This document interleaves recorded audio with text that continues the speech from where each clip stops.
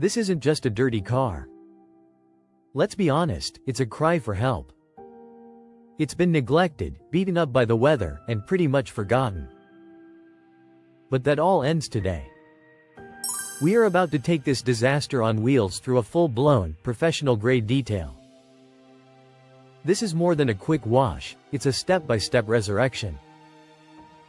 We're going from absolutely filthy to completely flawless, and I'm going to show you every single secret to getting that showroom shine, right in your own driveway. Number 1. The interior triage. Any pro will tell you the real transformation starts on the inside. It's where you spend all your time, and honestly, it's usually where things get the most personal and shocking. First things first, and maybe the most satisfying part, getting all the trash out. We're pulling the floor mats out. We'll deal with those later and diving into every pocket, cup holder, and under-seat abyss to clear out the junk that has no business being there. With the car decluttered, we can see what we're really up against. Now, the real fun begins with a deep, thorough vacuum. And I don't mean a quick once-over. We're breaking out the crevice tools and brush attachments to get into every single seam. The seats get pushed all the way forward, then all the way back, to hit those forgotten corners of the carpet. Every vent, button, and inch of the dashboard gets a good dusting with a soft detailing brush, with the vacuum right there to suck up years of trapped grime.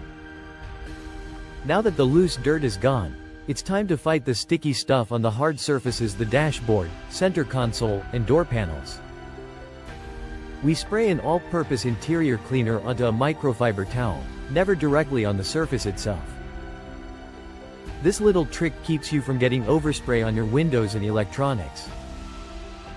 We wipe down every plastic and vinyl part, lifting away that gross film to show the original color underneath. For those stubborn spots in cup holders, a small detail brush is your best friend for scrubbing the gunk loose before wiping it clean. Okay, let's talk fabric. The seats and carpets in this car have definitely seen better days. Stains and caked in dirt need more than a vacuum. This is where a carpet extractor makes a world of difference. We'll apply a good upholstery cleaner and gently work it in with a soft brush to break down the stains. Then, the extractor flushes the fabric with clean water and sucks out all the dirty liquid. The change is instant. You can literally see the filth being pulled right out of the fibers. If you have leather, the process is a bit different. You'd use a dedicated leather cleaner to get the dirt out, then a conditioner to keep it soft and prevent cracking. Last but not least, the glass. The secret to a streak-free finish is using an ammonia-free glass cleaner and 2 separate microfiber towels. Use the first towel for the initial wipe down to get the grime off, and a second, totally dry towel for a final buff. Here's a pro tip. Wipe the inside of the glass horizontally and the outside vertically. That way, if you see a streak, you know exactly which side it's on. Number 2. Wheels and amp. Tires. The first attack with the inside looking sharp, we head outside. And the number 1 rule of washing your car is to always start with the wheels and tires. They're the filthiest part of the car, caked in corrosive brake dust and road grime.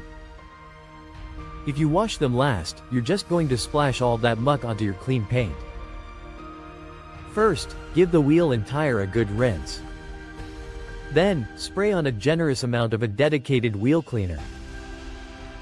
It's really important to use a product made for wheels, since they come in all sorts of finishes. Some iron-removing cleaners will even turn a deep purple as they dissolve the brake dust, which is so satisfying to watch. While the cleaner does its thing, we get in there with a few different brushes. A big, soft brush for the face of the wheel. A barrel brush to get deep inside the rim. And a small detail brush for the lug nuts. The tires get a good scrub with a stiff brush and an all-purpose cleaner to get rid of that ugly brown buildup. After a serious scrubbing, we give everything a powerful rinse, washing away all the loosened dirt. Just look at that difference already. We've tackled the mess inside and conquered the grime on the wheels, but trust me, we're just getting started. If you're finding this as satisfying as I am, do me a favor and hit that subscribe button. You're not going to want to miss what comes next. Number 3. The exterior wash, a systematic approach. Now for the main event, washing the car. But we don't just dive in with a bucket and sponge. To avoid scratching the paint, we start with a pre-wash. We'll cover the entire car in a thick layer of snow foam using a foam cannon. This isn't just for looks. The foam clings to the car and starts to break down the heavy layers of dirt, lifting it off the paint so it can be rinsed away safely. We let it sit for a few minutes and let chemistry do the hard work. Then, we rinse the whole car from the top down and watch that first layer of grime just slide right off. With the heavy dirt gone, it's time for the hand wash, using the 2-bucket method. This is a non-negotiable technique if you want to prevent swirl marks. One bucket has your pH-neutral car shampoo, and the second has plain water with a grit guard at the bottom. You load up your microfiber wash mitt in the soap, wash a single panel, and then, before you get more soap, you rinse the mitt in the clean water bucket. All the dirt you just picked up falls to the bottom and gets trapped by the grit guard. Then, you can go back to the soap bucket for fresh, clean suds. We always wash from top to bottom, saving the dirtiest parts for last. Number 4. Decontamination, the secret to a smooth finish after a final rinse. You might think the paint is clean. But do this. Put your hand in a plastic sandwich bag and gently run it over the paint. Feel that? It's probably gritty. That's bonded contamination, tiny bits of industrial fallout, tree sap, and tar that a normal wash just won't remove. To get that perfectly smooth, glass-like surface, we have to decontaminate. First up is chemical decontamination. We spray an iron remover all over the paint. Just like with the wheels, you'll see little purple dots pop up as the chemical dissolves all the tiny iron particles stuck to your paint. Let it work for a minute or two, then give it a thorough rinse. Next is mechanical decontamination with a clay bar. Using a clay lubricant to let the bar glide smoothly, we'll gently rub it over the surface in a back and forth motion. You can literally feel and hear the grit as the surface goes from rough to perfectly smooth. This step is absolutely essential for getting the paint perfectly clean before we add any shine or protection. After claying, give the car one last quick rinse and then dry it completely with plush microfiber towels to avoid water spots. Section 5. Paint correction, restoring the shine. This is where we go from simply cleaning the car to actually restoring it. Over time, paint gets covered in fine scratches and swirl marks that make it look dull and hazy. Polishing is how we fix that. It uses a very mild abrasive to remove a microscopic layer of the clear coat, which levels out all those imperfections and brings out the true gloss of the paint.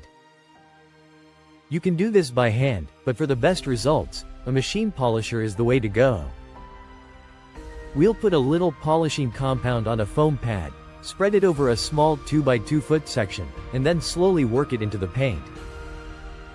Once the polish turns clear, we wipe it off with a clean microfiber towel to reveal a depth and shine that just wasn't there before.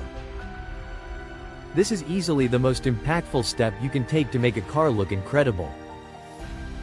Section 6. Protection, locking in the gloss. We've done all this work to make the paint perfect. Now we have to protect it. Applying wax, sealant, or a ceramic coating is like putting sunscreen on your car. It creates a barrier against UV rays, dirt, and water, and it adds that final layer of a deep, wet-looking shine. Today, we're using a classic Carnauba wax. You always want to work in a cool, shaded spot, because direct sun will make the wax dry too fast and a pain to remove. We'll apply a very thin, even coat to one panel at a time with a foam applicator. Remember, less is more. A thick coat of wax doesn't add more protection, It just makes it harder to buff off. Let the wax dry to a haze for a few minutes. A quick swipe with your finger will tell you when it's ready. If it swipes clean without smearing, you're good to go. Then, with a fresh, plush microfiber towel, we'll gently buff off the residue to reveal an amazing shine, repeating the process panel by panel over the whole car. And here it is. The transformation is complete. Just look at that deep, liquid gloss on the paint, reflecting the sky like a mirror. The wheels are sparkling, and the interior, well, it's a place you actually want to be in now. It's clean, fresh, and looks practically new. This wasn't magic. It was a process. It was a series of deliberate steps that took this car from being completely neglected to a flawless, showroom-worthy finish.